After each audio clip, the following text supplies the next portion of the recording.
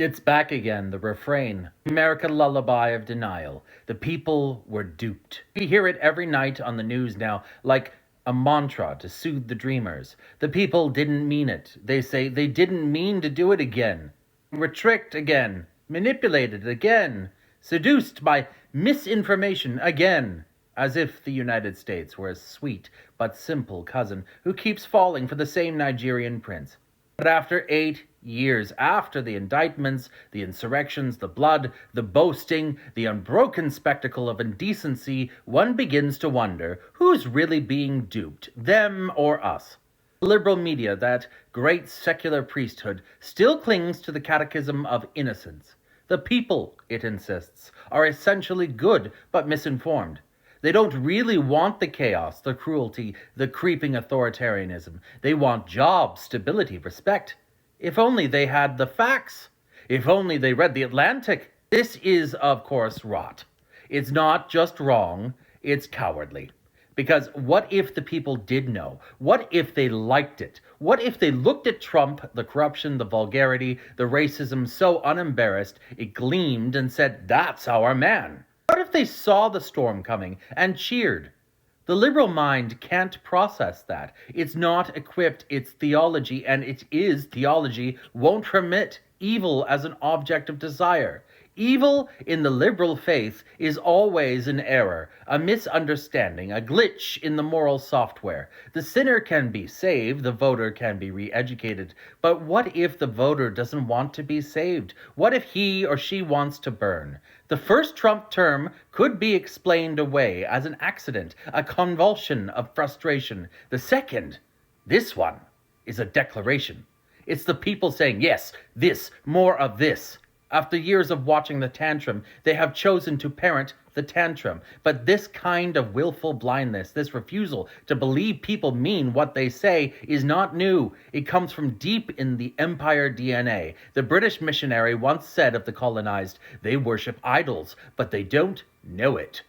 Secretly, they want Christ. American liberal now says of the Trump voter, he chants about retribution, but he doesn't mean it. Secretly, he wants healthcare. It's the same paternalism, varnished with data journalism. The colonizer denied the agency of the savage. The pundit denies the agency of the citizen. Both do it to preserve their own moral purity. Because if the other means what he says, then your civilization or your politics is the problem. The truth, of course, is obscene in its simplicity. Americans wanted the chaos. They wanted the man who would dismantle decorum, who would humiliate their enemies, who would turn government into a kind of reality show set in hell. They didn't vote for governance, they voted for vengeance, and vengeance is a hell of a drug. It feels good, it lights up the nerves. For a certain kind of voter, watching liberals sputter on television is better than any tax cut. Trump offers that pure narcotic of dominance, the glee of seeing someone else suffer, sanctified by patriotism. To call this being duped is like saying a drunk was tricked by the bottle. Liberal America, ever the anxious therapist, still clings to the fantasy of deprogramming. We'll educate them, they say. We'll reach them with empathy. We'll combat misinformation. The idea being that Trumpism is a kind of bad software update that can be uninstalled with enough TED Talks. But Trumpism is not a virus, it's a vintage. It's the distilled spirit of the United States' original sin, the love of hierarchy, the romance of cruelty, the belief that power justifies everything. The people, in other words, weren't misled, they were reminded. This is the real continuity between the concept of empire and Trump's second coming. The refusal to take people's stated desires seriously. The settlers said of the indigenous, they resist civilization because they don't understand it. The pundits say of the Trumpist, they vote for authoritarianism because they don't understand democracy. But what if they understand it perfectly and simply prefer the other thing? So here we are again, near year 9 of the long tantrum, watching the same old play in reruns, the journalists still calling it populism, the politicians still calling it a wake-up call, and the rest of us sit here staring at the ceiling, listening to the comforting hum of denial. Because if we admitted the truth that people voted for the cruelty twice, and may yet vote for it a third time, we'd have to rewrite the myth of America. No longer the innocent child of liberty, but the adult predator of its own ideals. Perhaps this is why Trump can't really lose, not in the mythic sense. He's no longer a man. He's a mood. He's the sound of America speaking without supervision, slurred, funny, dangerous, self-delighted.